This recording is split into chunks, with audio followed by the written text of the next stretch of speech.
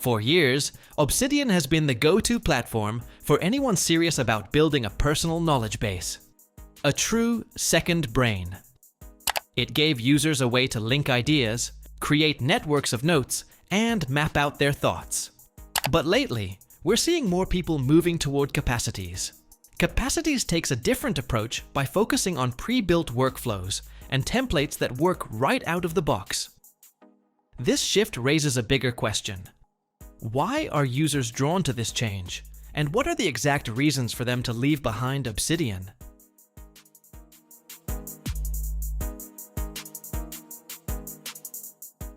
To really understand this, let's start with the very first impression. The user interface. Looking at the first experience with each tool shows very different approaches. Obsidian gives users a completely blank canvas so that they can design their system however they want.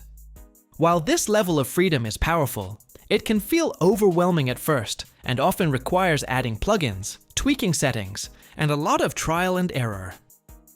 For many, this can mean higher onboarding costs and a longer learning curve for new team members, delaying productivity. Capacities, on the other hand, provides a ready-made structure where content is organized from the start. So it feels more like walking into a fully set-up environment rather than building one yourself, and allows teams to get to work faster. This lower mental load and setup time can be a big win for people that want quick, consistent adoption across their teams. Now this brings us directly to one of Obsidian's most celebrated features, customization. Obsidian's strength lies in its huge library of community plugins, which let users customize their experience in nearly endless ways. This is perfect for people with very specific workflows, like building databases, tracking habits, or creating mind maps. However, managing many plugins can take time, and sometimes causes conflicts that require fixing. For a lot of people, this can mean more ongoing maintenance. Capacities takes a different approach by including most key features directly in the platform. This removes the hassle of installing and configuring many plugins and ensures everything works right away, which is ideal for users that want a smooth, stable system with minimal upkeep. What we've seen so far is Capacities really stand out when it comes to organizing and presenting information visually. Its unique object-based note types make it easy to group information like documents, images, and meeting notes in a clear way. It also offers multiple display options, including cards, galleries, and lists, which work well for visual thinkers. Obsidian, while powerful, often requires community plugins like Canvas to achieve a similar level of visual clarity. And this highlights a recurring theme we're seeing. To unlock its full potential, Obsidian frequently asks you to do the extra work of finding and integrating the right tools. Of course, at the heart of any true second brain is the ability to connect ideas. Both platforms are great at linking notes, which is key for building a connected knowledge base. But Capacities takes it a step further by turning backlinks into more visual and actionable tools. Instead of just showing simple links like Obsidian, Capacities adds formatting, images, and sorting options to make connections easier to explore. This makes navigating a large network of ideas simpler, which is helpful for teams handling complex projects that require clear relationships between pieces of information. Speaking of connections, let's look at how both apps handle tagging and metadata. While both use tags for organization, we experience that Capacities make them feel more alive. When you click a tag, it doesn't just give you a list. It opens a dynamic dashboard where you can see all related content, notes, images, and files, and then filter it by date or type. This transforms metadata from a simple label into a powerful discovery tool. In Obsidian, tags are treated more like plain text labels. To get that same kind of visual filtering and grouping, you'll likely find yourself reaching for a plugin once again. So this is the hassle many people might want to avoid. Another fundamental aspect of modern workflows is managing our time, which leads us to daily notes and calendars.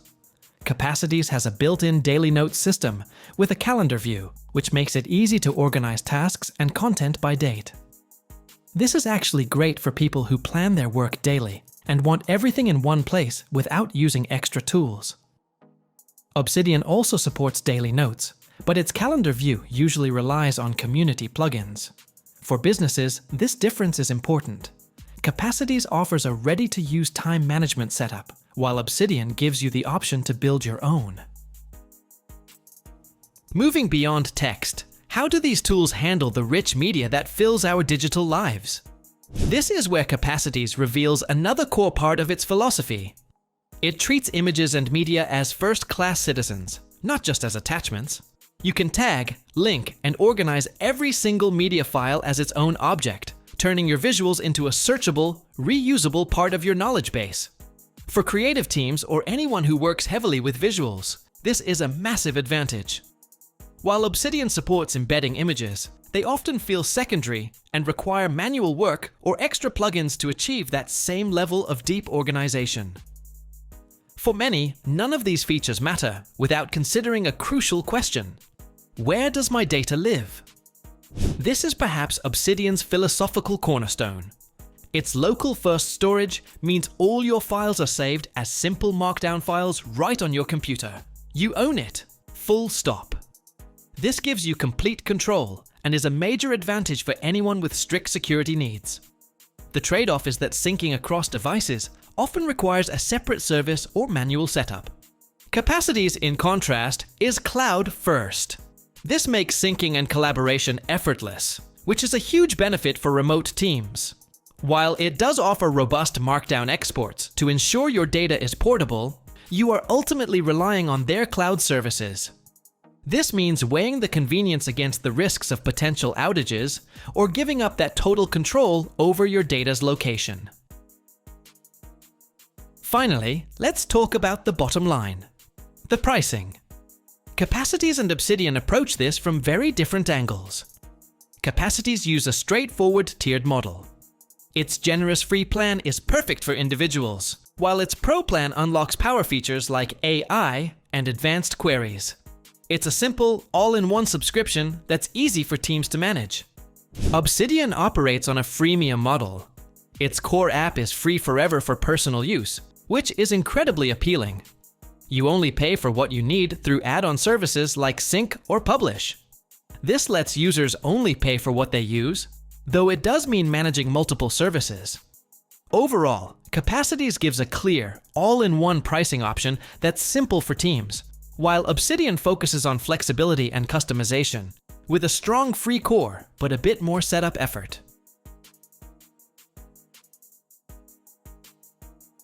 So, after looking at all of this, what's the verdict?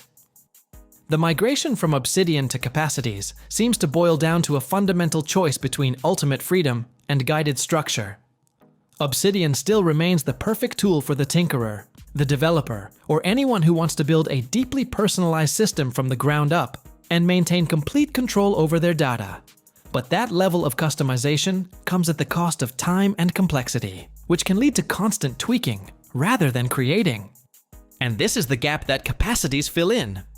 Its structured, opinionated design is for people and teams who want to start organizing their knowledge from day one, focusing on their content instead of the tool itself. In the end, the right choice depends on what you value more. If you had to choose one, which one would you pick? Let us know in the comments below. Thanks for watching. Like, share, and subscribe to get more videos like this.